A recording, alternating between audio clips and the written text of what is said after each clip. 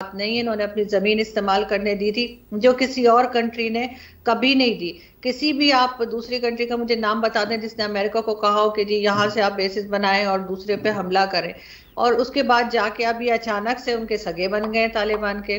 یہاں پر کے پی کے میں اور جو بلوچستان ہے وہاں پر ان کے فلیگز بھی نظر آئے ہیں, ان کے لوگ بھی نظر آئے ہیں, اور وہ اپنے کچھ ریلی وغیرہ نکالتے ہوئے بھی دکھے ہیں. تو یہاں پہ اگر آپ کو یاد ہو ایک زمانے میں عمران خان صاحب کو تو طالبان خان بھی کہا جاتا تھا.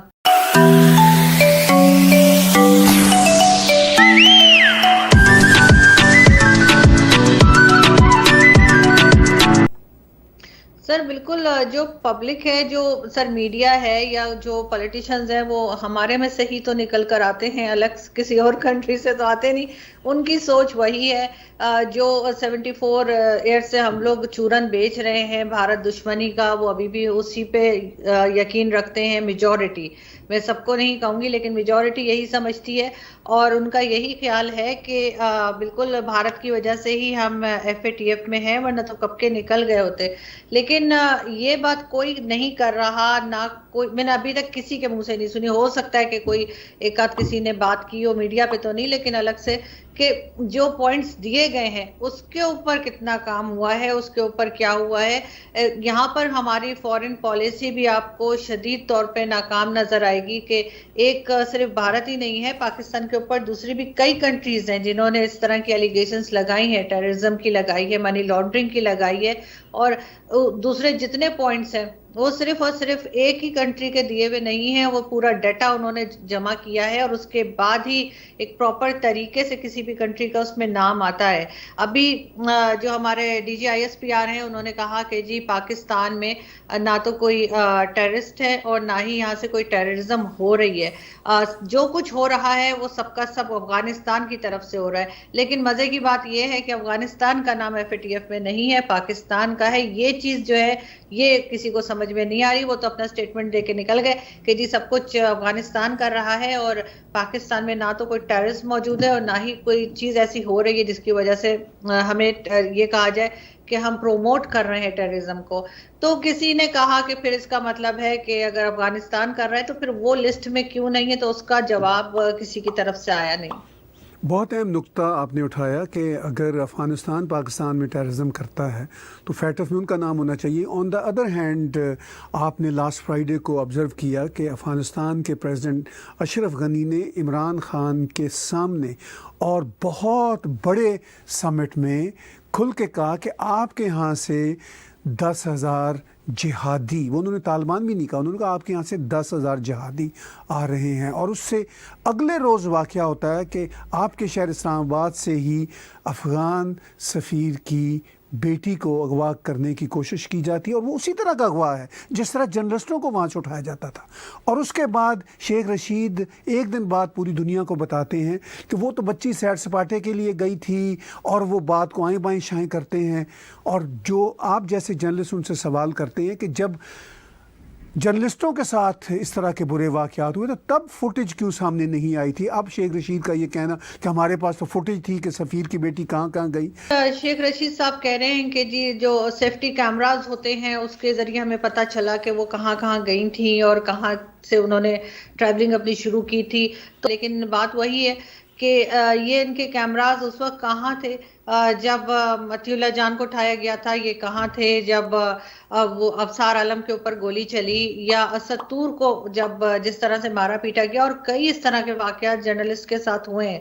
تو اس وقت ان کے کیمراز اسلام آباد کا ہی میں بتا رہی ہوں, یہ سب نام اسلام آباد کے ہیں.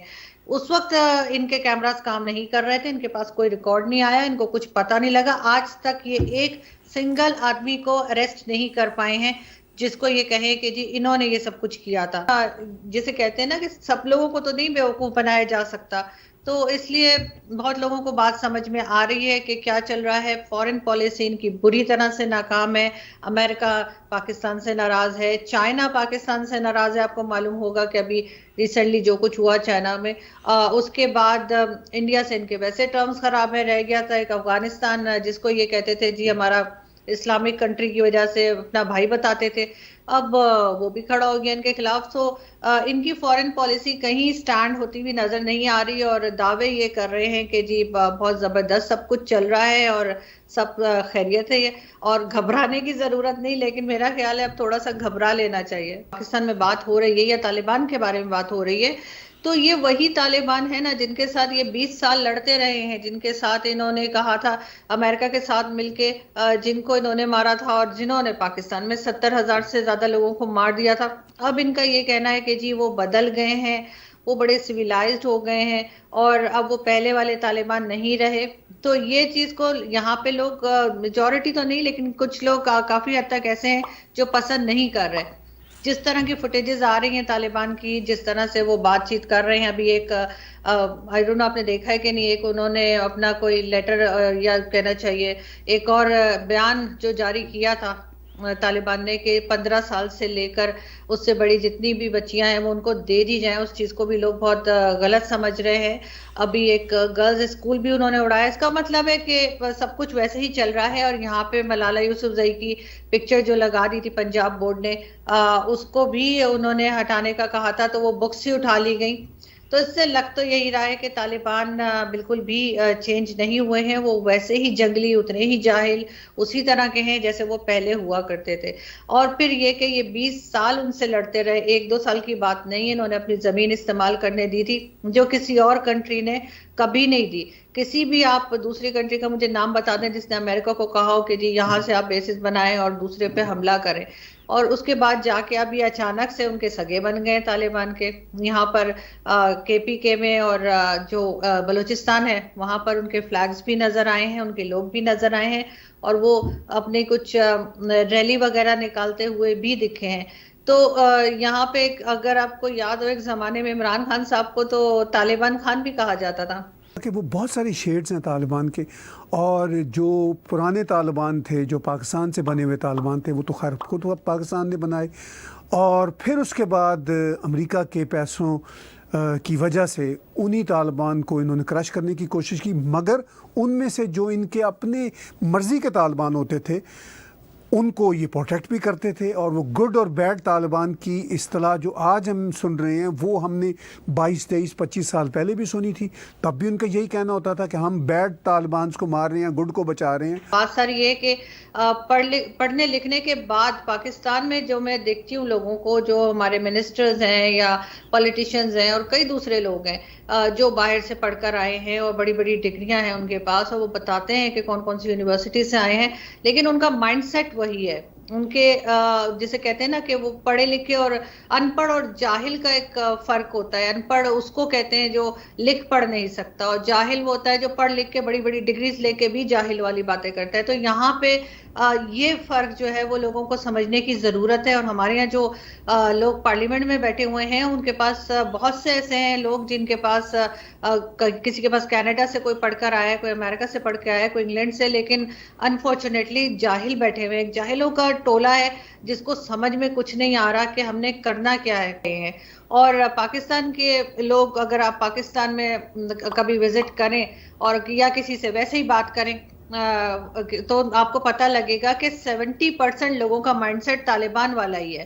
ان کا اسی طرح سے اٹھنا بیٹھنا سوچنا ہر چیز جو ہے وہ لوگوں کی اسی طرح. صرف 30% لوگ آپ کو ایسے ملیں گے جو تھوڑے سے پروگریسو ہیں، تھوڑا سا کھل کے بات کرتے ہیں. یہ ایک بہت بڑا المیہ ہے. پاکستان کے منسٹرز دیکھ لیں، خود پرائم منسٹر کو دیکھ لیں، سب کا مائنڈ سیٹ وہی ہے. ابھی آپ نے آرزو غور کیا ہوگا کہ لاسٹ فرائیڈے کو ہی جب prime minister Imran Khan Uzbekistan میں تھے تو وہ ظہیر الدین بابر پر فلم بنانے کی بات کر رہے ہیں، اور یہ کہہ رہے ہیں کہ میں ازبیک ہسٹری ازبیکوں سے زیادہ جانتا ہوں، پوری دنیا کے بارے میں یہ شخص زیادہ ہی جانتا ہے، اپنے بارے میں کچھ نہیں جانتا. کہ آفٹر آل ایک فلم بنا لینے سے کیا یہ کو دنیا کا نقشہ بدل دیں گے؟